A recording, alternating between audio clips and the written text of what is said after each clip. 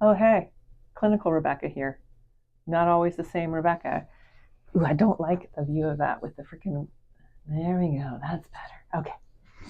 Hi. Good afternoon. I had someone question if I was butch because I cut my hair and I wore a camouflage hat, to which I want to say that is ignorant shit. Okay. People are dynamic, and the clothes they wear are not always indicative of any particular thing except for a version of self expression they chose for that day. So, to assess somebody on their exterior is myopic. However, it is also the way of things. Dress for the job that you want. Dress for the job that you want is not just a cute saying, it is accurate to the fast moving business world that we live in.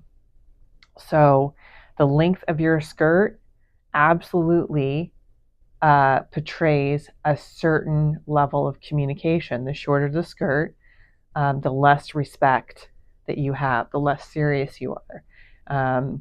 I have a collegiate skirt on versus a like marm kind of skirt, and that's fine, right? It's these different things.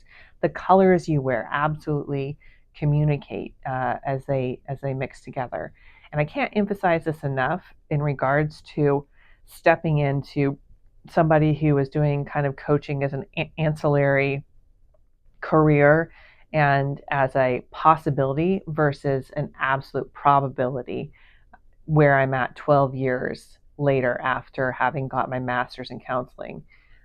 There's many things I love. I love coffee. I love really well crafted and curated foods and aesthetic environments. Obviously, aesthetic is trending, and it's definitely something I care about. The different sort of almost characters that are portrayed through the different colors and clothes and height of heels versus flats that I wear, um, because all of us exist in a lane. There's genres for a reason, there's clusterings and groups for a reason. And what the brain does is it makes inferences, and it fills in the gaps based on the initial data that comes to you. And further, that data pings off of something that Freud called the subconscious, right? Which is really sensation within the body, sensation without interpretation. We get a bad gut feeling, or our heart flutters, or like, oh my gosh, that made me stop in my tracks and catch my breath. That the body is the subconscious, right? The body is the subconscious. And so when you see something, you feel it before you interpret it. You feel it before you interpret it. And we have these symbols, which a gold watch is a symbol, a man in a suit with a tie is a symbol, a feminine, well dressed woman with tailored clothes is a symbol, high heels, um, stripper heels, 6, 5, 3, 1, all symbols of that person's sort of value system. And further, there's a rubric of how much respect there is for each of those symbols. Like, sure, high heels, less respect. Normally, those level of heels are associated with sex work in that profession, and just traditionally, through the sort of puritanical lens, sex workers are less respected, right? And you can have all the conversation you want about liberation and human rights and civil rights and one's ability to, but just traditionally, that means that person has put them as a commodity. They're just an object. And then you go down into something where you see something that's more intellectual, right? Would be a blazer, someone who looks like a Harvard professor. And there's more professorial coloring, which is like the dark oaks, the mahogany colors, the deep forest greens, the wine-colored maroons. There's something to be said about the association with these colors. A tweed jacket with the leather patch that's associated with, I would say, monarchy, right? Power. So, there's different levels of which we're exercising power, and sex is a very powerful force. It's a motivating force. However, there's normally an inverse correlation with somebody who is a sex worker and someone who is a consumer of that. There is a degree to be transactional in that space.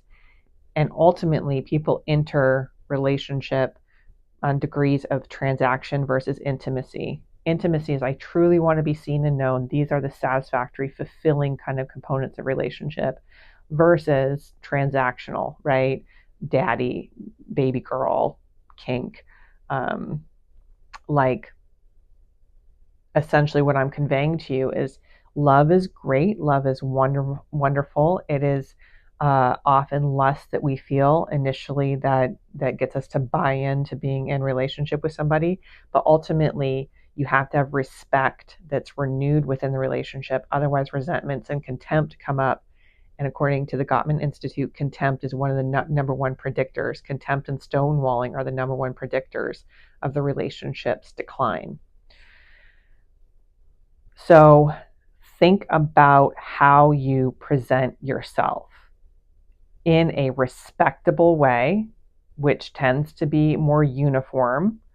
And if you're going to be avant-garde, if you're going to be eccentric, that means that you will be thought of as weird or odd until you stay in that genre enough to create and to articulate something that's of value. I think of Warhol in this space, to the Zeitgeist of the time. But a lot of people just don't have the bravery to articulate themselves in that way.